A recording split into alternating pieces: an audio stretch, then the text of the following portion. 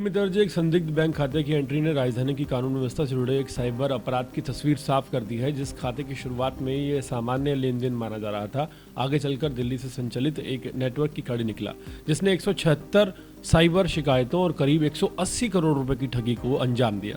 जांच में खुलासा हुआ है कि ये महज एक राज्य या शहर की कहानी नहीं थी, बल्कि दिल्ली को केंद्र बनाकर शेल कंपनियों और म्यूल अकाउंट्स के जरिए देश भर में फैले साइबर अपराध का संगठित खेल था, जिसने राजधानी के क्राइम मैप पर एक और गंभीर सवाल खड़ा कर दिया है। नई दिल्ली जिले की दिल्ली साइबर पुलिस ने ऑपरेशन साई हॉक के तहत एक ऐसे संगठित साइबर फ्रॉड रैकेट का पर्दाफाश किया है, जिसने शेल कंपनियों और म्यूल अकाउंट्स के जाल के जरिए देश भर में ठगी की रकम को ठिकाने लगाया।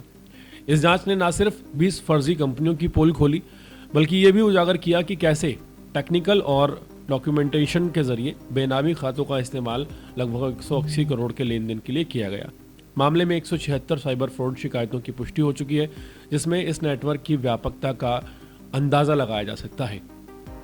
जांच की शुरुआत एनसीआरपी पोर्टल पर दर्ज शिकायतों की छानबीन से हुई, जहां पुलिस की नज़र आईडीएफसी बैंक के एक अकाउंट पर पड़ी। खाते में लगातार साइबर ठगी की रकम जमा हो रही थी। ये खाता क्रूडेमुख ट्रेडिंग प्राइवेट लिमिटेड के नाम पर खोला गया था, लेकिन शुरुआती जांच में ही स्पष्ट हो गया कि इसका इस्तेमाल म्यूल अकाउंट्स के तौर पर किया जा रहा है। इसके बाद साइबर पुलिस स्टेशन नई दिल्ली जिले में एफआईआर दर्ज कर गंभीरता से जांच की गई। जांच आगे बढ़ी तो सामने आया कि कंपनी का डायरेक्टर राजेश खन्ना था, जो किसी बड़े कारोबारी घराने से नहीं बल्कि एक कॉन्ट्रैक्ट कर्मचारी था। पूछताछ में उसने खुलासा किया कि उसके नाम पर कंपनी और बैंक खाते सुशील चावला और राकेश कुमार के कहने पर खोले गए हैं। असल में खातों और पैसों पर पूरा नियंत्रण इन दोनों के हाथ में था। यह तरीका अपनाकर अलग अलग नामों से कुल 20 शेल कंपनियां खड़ी की, जिनके जरिए ठगी की रकम को परत दर परत ट्रांसफर किया जा रहा था। इन कंपनियों के बैंक खातों की फॉरेंसिक जांच से देश भर से जुड़ी 176 साइबर फ्रॉड शिकायतें सामने आई। शुरुआती आकलन के मुताबिक इन खातों से करीब 180 करोड़ रुपए का लेन देन हुआ, जो कि हैरान कर देने वाला है। इस रकम को अलग अलग लेयर्स में घुमाकर असली स्रोत तक पहुंचाने की कोशिश की गई, ताकि जांच एजेंसियां इस तक ना पहुंच सकें। यह पूरा नेटवर्क एक प्लानिंग के तहत डिजिटल सबूतों को धुंधला करने के लिए तैयार किया गया।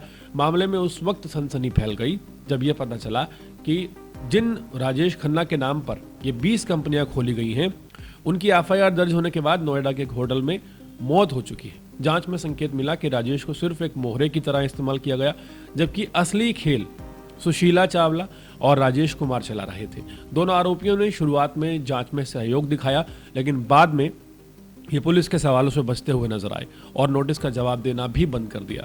मोबाइल चैट्स, ट्रांजैक्शंस, ट्रायल्स और अन्य डिजिटल सबूतों ने पूरे नेटवर्क को पुष्टि होने के बाद पुलिस ने दोनों को हिरासत में ले लिया। पूछताछ में ये भी सामने आया कि इनके तार पश्चिम बंगाल में सक्रिय एक साइबर फ्रॉड नेटवर्क से जुड़े हुए हो सकते हैं।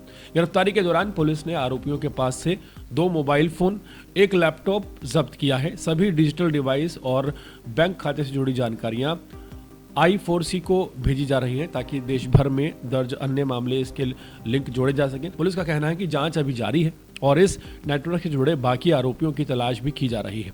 हैरानी की बात यह है कि 20 कंपनियां एक ऐसे शख्स के नाम पर चल रही थी जो कि इस दुनिया में है ही नहीं, और एक बैंक अकाउंट 180 करोड़ रुपए की जो ठगी है उसमें संलिप्त पाया गया है।